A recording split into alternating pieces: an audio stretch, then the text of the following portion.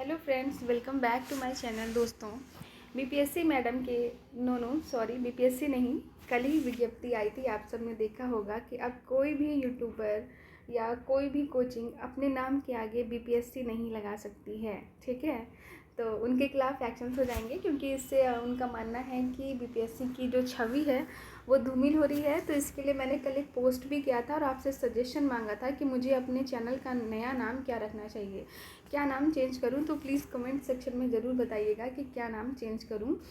और तो चलिए ठीक है, मेरे चैनल पर आपका बहुत बहुत स्वागत है, जहां पर हम साथ में बीपीएससी की तैयारी करते हैं, जिसके लिए जो भी इम्पोर्टेंट बुक लिस्ट है, जो कि आपको प्लेलिस्ट में जा कर के भी मिल जाएगी। एक बार आपको फिर से बता देती हूँ।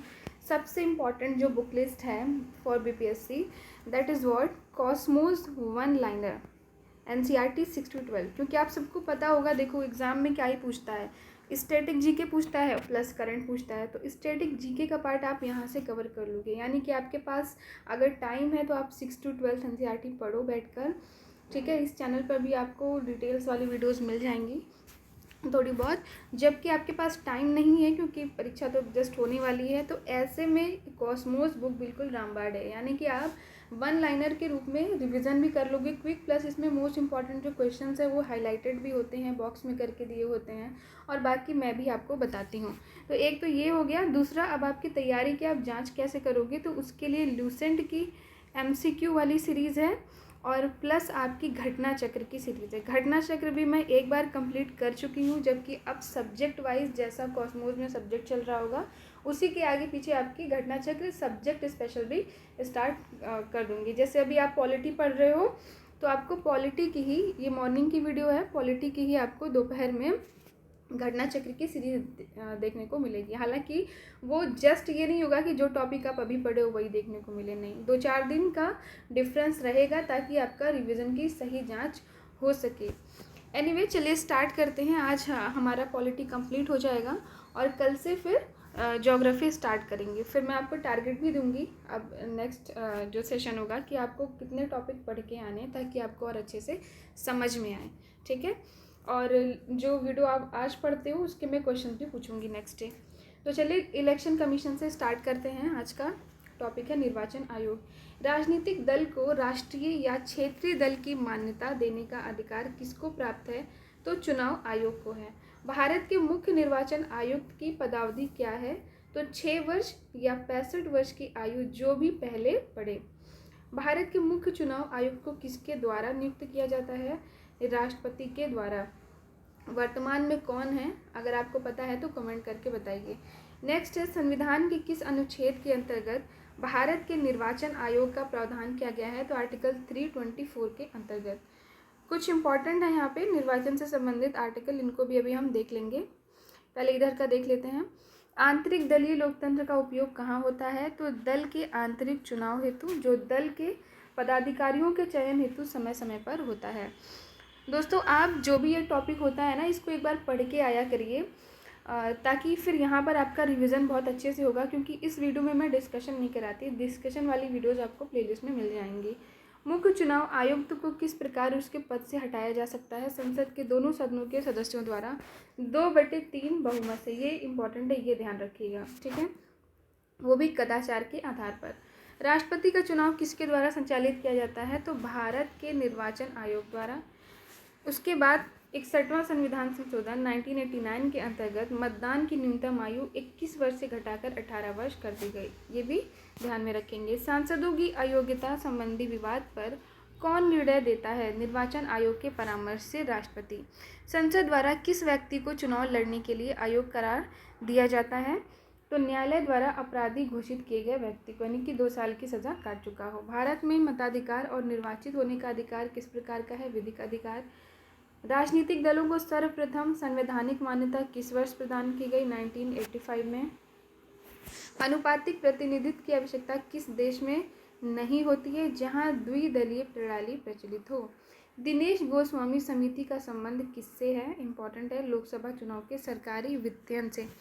किसी भी राजनीतिक दल को मुख्य विपक्षी दल की मान्यता प्राप्त करने हेतु उसके पास सदन के कम से कम 10% सदस्य होने चाहिए। नेक्स्ट है, निर्वाचन आयोग को किस वर्ष 3 सदस्यीय आयोग बनाया गया था, तो 1989 एवं 1993 में। दल बदल निरोधक अधिनियम कब पारित किया गया? 15 फरवरी 1985 को। नेक्स्ट है, निर्वाचन प्रक्रिया का आरंभ राष्ट्रपति द्वारा जारी की गई अधिसूचना से होता है। ये अधिसूचना पब्लिक रिप्रेजेंटेटिव एक्ट 1951 की धारा 14 के अंतर्गत जारी की जाती है। अब आइए कुछ इंपॉर्टेंट आर्टिकल्स देख लेते हैं। तो 3 to 4 चुनाव कार्य के अधीक्षण, निर्देशन और नियंत्रण की शक्ति चुनाव के आयोग में है। 325 चुनाव प्रक्रिया में शामिल होने के लिए कोई व्यक्ति धर्म, नस्ल, जाति या लिंग के आधार पर अयोग्य नहीं होगा। ये इंपॉर्टेंट है, ठीक है, इसको ध्यान में रखेंगे। लोकसभा अथवा विधानसभा के चुनाव वयस्क मताधिकार के आधार पर संपन्न होंगे। तो ये पूछा जा सकता है कि लोकसभा या विधानसभा के चुनाव किस आधार पर होते हैं? तो ये वयस्क मताधिकार के आधार पर संपन्न होते हैं। नेक्स्ट है 329 चुनाव संबंधी विषयों में न्यायालय के हस्तक्षेप पर रोक। ये इंपॉर्टेंट है। और 329 का ये भी इंपॉर्टेंट है, प्रधानमंत्री तथा लोकसभा अध्यक्ष के चुनाव के संबंध में विशेष प्रावधान।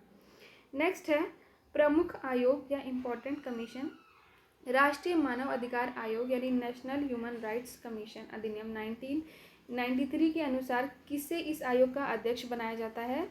तो उच्चतम न्यायालय का सेवानिवृत्त मुख्य न्यायाधीश अथवा सेवानिवृत्त न्यायाधीश। दोस्तों, आपको क्या पता है मानव अधिकार दिवस कब मनाया जाता है? अगर पता है तो तुरंत कमेंट करके बताइए।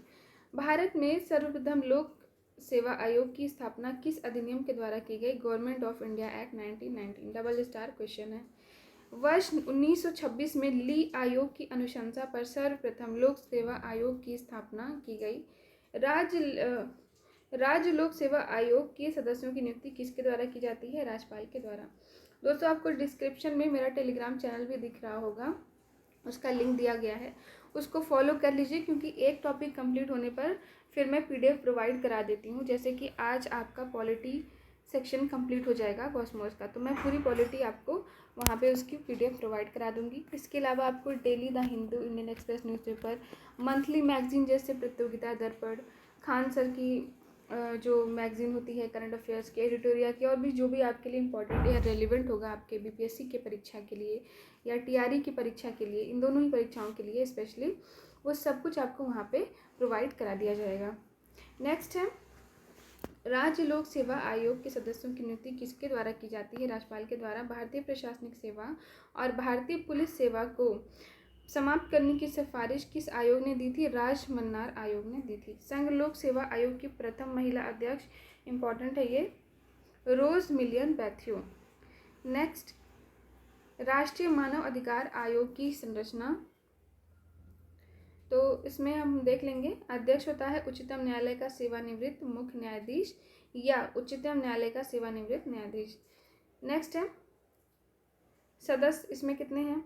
तो 1 2 3 सदस्य हैं। उच्चतम न्यायालय का कार्यरत और सेवानिवृत्त न्यायाधीश होगा, दूसरा उच्च न्यायालय का होगा, तीसरा मानव अधिकार से संबंधित होगा। उसके बाद कुछ पदेन सदस्य होंगे, जैसे कि राष्ट्रीय अल्पसंख्यक आयोग का अध्यक्ष, राष्ट्रीय अनुसूचित जाति का आयोग का अध्यक्ष, राष्ट्रीय अनुसूचित जनजाति का आयोग का अध्यक्ष, राष्ट्रीय महिला आयोग के अध्यक्ष, पिछड़ा वर्ग, विकलांग व्यक्ति, राष्ट्रीय बाल अधिकार। यानी कि आप देख सकते हैं कि इसमें कुल मिलाकर के अल्पसंख्यक के, अनुसूचित जाति, अनुसूचित जनजाति, उसके बाद महिला, पिछड़ा वर्ग, विकलांग और बाल अधिकार, सारे चीज़ें इंक्लूडेड हैं। नेक्स्ट है मानव अधिकार आयोग किस प्रकार की संस्था है? ये भी इम्पोर्टेंट है, मोस्ट इम्पॉर्टेंट है इनफैक्ट, हालांकि आपको पता होगा। गैर संवैधानिक, राजनीतिकों और अपराधियों के मेल जोल संबंधों की जांच करने वाली समिति कौन सी है? बोहरा समिति है। नेक्स्ट है भारत में लोकपाल एवं लोकायुक्त की स्थापना का सुझाव किसने दिया? प्रशासनिक सुधार आयोग ने। संसद में प्रथम लोकपाल विधेयक किस वर्ष आया? 1968 में। संचित निधि को समेकित निधि के नाम से भी जाना जाता है, ये एक बात आप याद में रखेंगे। संविधान की किस अनुच्छेद के अंतर्गत लोक सेवा आयोग के सदस्य को हटाया जा सकता है?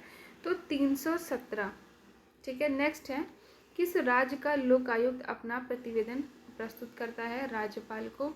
राज्य मानव अधिकार आयोग का अध्यक्ष कौन होता है? उच्च न्यायालय का सेवानिवृत्त मुख्य न्यायाधीश। ये वाला भी ध्यान में रखेंगे क्योंकि अभी चर्चा में था। उत्तर प्रदेश लोक सेवा आयोग के व्यय किस निधि पर भारित होते हैं? राज्य की संचित निधि पर। लोक सेवा आयोग में एक अध्यक्ष के अतिरिक्त 10 अन्य सदस्य होते हैं। लोकपाल संस्था में अध्यक्ष के अतिरिक्त 8 अन्य सदस्यों की नियुक्ति होती है जिनका कार्यकाल 5 वर्ष का होता है। नेक्स्ट है राजभाषा यानी कि ऑफिशियल लैंग्वेज। तो भारतीय संविधान के अनुच्छेद 344 के अंतर्गत प्रथम राजभाषा आयोग का गठन कब हुआ था? तो 1955 में हुआ था। 8वीं अनुसूची में यानी वर्ष 2003 में 4 भाषाएं किस संविधान संशोधन के द्वारा जोड़ी गई थी? तो कई चीज़ें याद रखनी। पहली बात तो अनुसूची कौन सी थी? 8वीं, वर्ष 2003, कितनी भाषाएं इंक्लूड की गई? 4। कौन सा संशोधन हुआ था? तो 92वां। ये सारी चीज़ें ध्यान रखेंगे। उसके बाद जो भाषाओं की संख्या है वो 22 हो गई। तो संविधान में 8वीं अनुसूची में सम्मिलित भाषाएं ये हैं। उसके बाद कौन सी कब जोड़ी गई हैं, ठीक है, इसको भी आप यहाँ पे देख लेंगे। तो संविधान के किस अनुच्छेद में प्रत्येक 2003 यानी कि 92वें संशोधन में मैथिली, बोडो, डोगरी और संथाली है। देखिए मैंने यहाँ पे मार्क किया हुआ है। संविधान के किस अनुच्छेद में प्रत्येक राज्य में भाषाई अल्पसंख्यक वर्ग के बच्चों को उनकी मातृभाषा में प्राथमिक स्तर पर शिक्षा उपलब्ध कराने की बात की व्यवस्था है? तो आर्टिकल 350 का मैथिली भाषा को 8वीं अनुसूची के अंतर्गत किस वर्ष?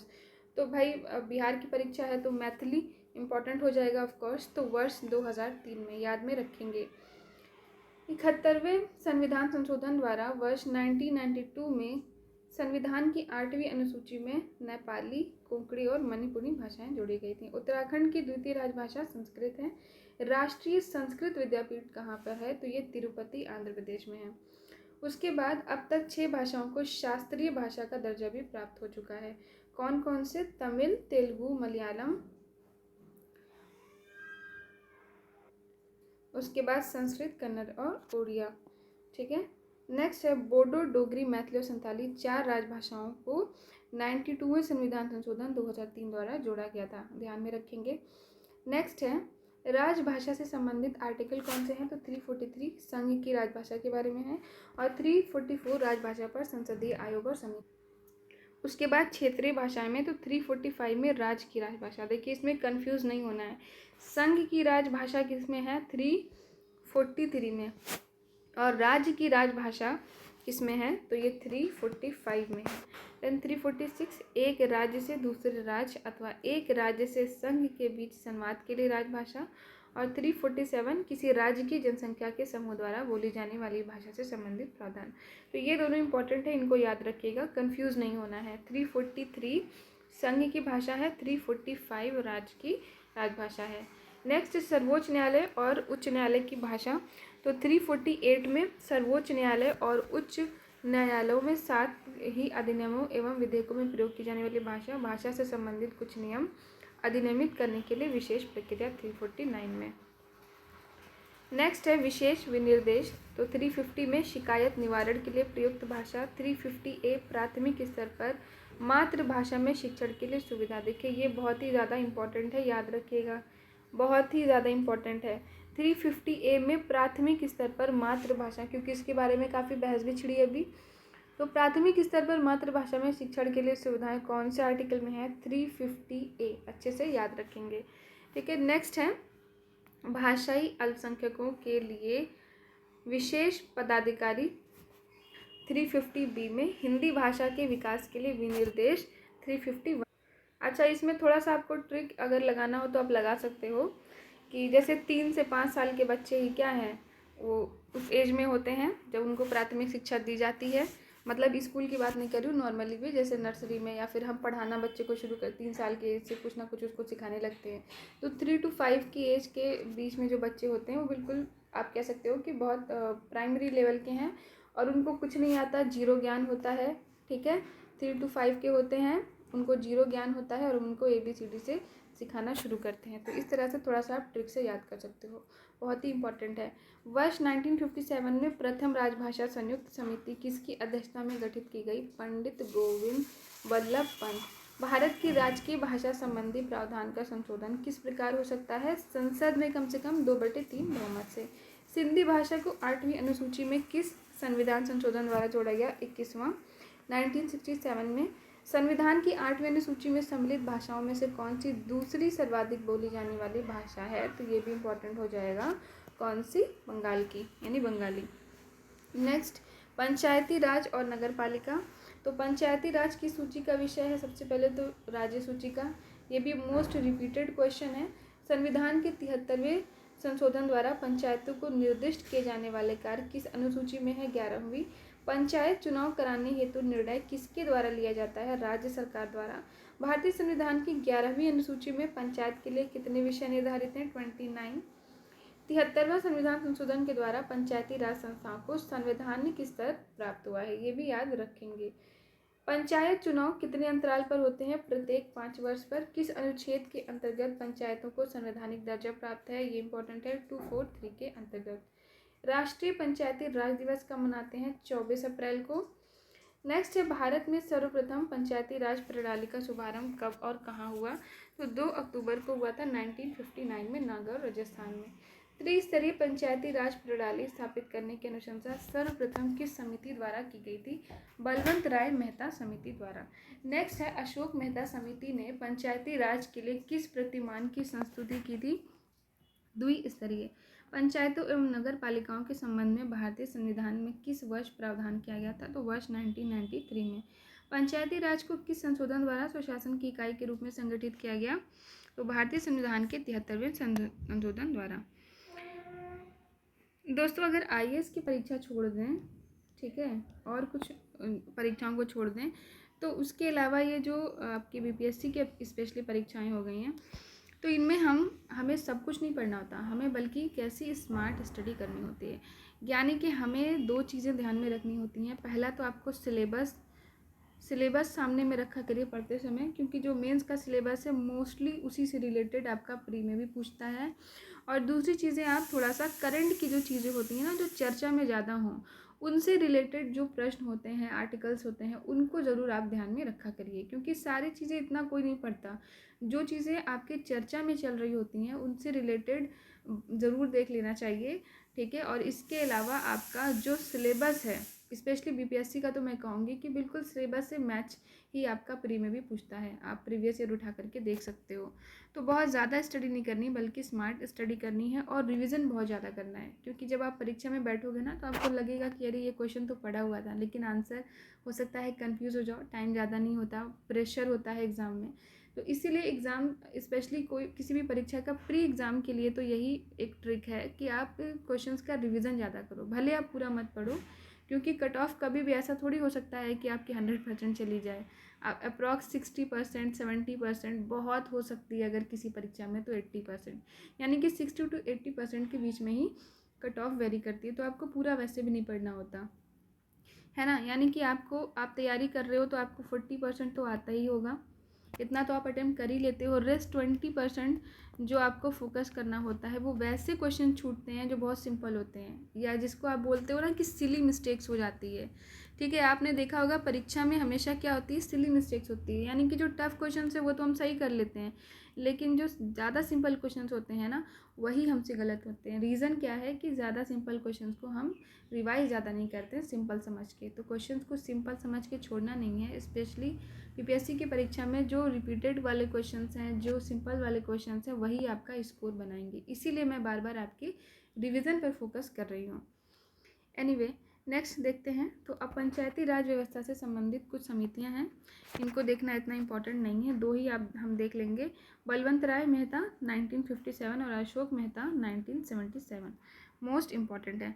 नेक्स्ट है, पंचायती राज को संवैधानिक स्थिति प्रदान करने की संस्तुति किस समिति द्वारा दी गई? तो LM सिंघवी द्वारा। किन राज्यों में पंचायत समिति और जिला परिषद को भी करारोपण की शक्ति दी गई है, यानी कि टैक्स लगाने की? तो गुजरात, महाराष्ट्र और राजस्थान। ब्लॉक लेवल पर पंचायत समिति का क्या स्वरूप होता है? तो प्रशासनिक प्राधिकरण का। यदि पंचायत भंग होती है तो कितनी अवधि के भीतर निर्वाचन कराना अनिवार्य? 6 माह। पंचायत में किन वर्गों के लिए आरक्षण का प्रावधान है? तो महिलाओं के लिए, अनुसूचित जाति और अनुसूचित जनजातियों के लिए। अन्य पिछड़ा वर्ग को, अच्छा, पंचायत में महिलाओं का कितना % आरक्षण है, ये भी आप मुझे कमेंट करके बताइए ज़रा। अन्य पिछड़ा वर्ग को आरक्षण देने का प्रावधान करने के लिए किसे शक्ति प्रदान की गई है? राज्य विधान मंडलों को। 3 स्तरीय पंचायत का गठन किन राज्यों में किया जाता है? तो 20 लाख से अधिक जनसंख्या वाले। अब यहाँ पर फिर से आपके कुछ इम्पॉर्टेंट चीज़ें दी हुई हैं बॉक्स में, इन्हें हम देख लेंगे। 11वीं अनुसूची, 12वीं अनुसूची के बारे में, उसके बाद से आपका विभिन्न राज्यों में पंचायती राज संस्थाएं कौन कौन सी हैं। अब नेक्स्ट है, उत्तर प्रदेश में पंचायती राज संस्थाओं में महिलाओं के लिए आरक्षित सीटों की कुल संख्या कुल स्थानों का 1/3 है। ये ध्यान में रखना है।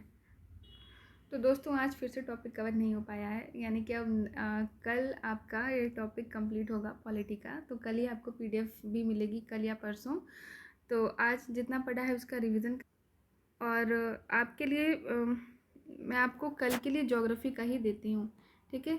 आप ज्योग्राफी का ही पढ़ के आओगे, आपको मैं होमवर्क दे रही हूँ या आप कह सकते हो टास्क दे रहे हो, क्योंकि अब जो लास्ट में टॉपिक बचा भी है वो जस्ट रिवीजन है, यानी कि आपको मिसलेनियस वाले क्वेश्चंस देखने को मिलेंगे। अब कल की वीडियो में आपका रिवीजन होगा इस पूरे पॉलिटी का, और आपको मैं टॉपिक दे रही हूँ, कल मैं आपसे ज्योग्राफी के क्वेश्चन पूछूंगी फिजिकल डिवीजन से रिलेटेड और प्राकृतिक वनस्पतियाँ, यानी कि आपको कल ज्योग्राफी का भौतिक विभाजन, भारत का भौतिक विभाजन, ठीक है, और प्राकृतिक वनस्पतियाँ, ये 2 चीज़ें पढ़ के आनी है। इनसे रिलेटेड क्वेश्चंस मैं आपसे पूछूंगी, ओके।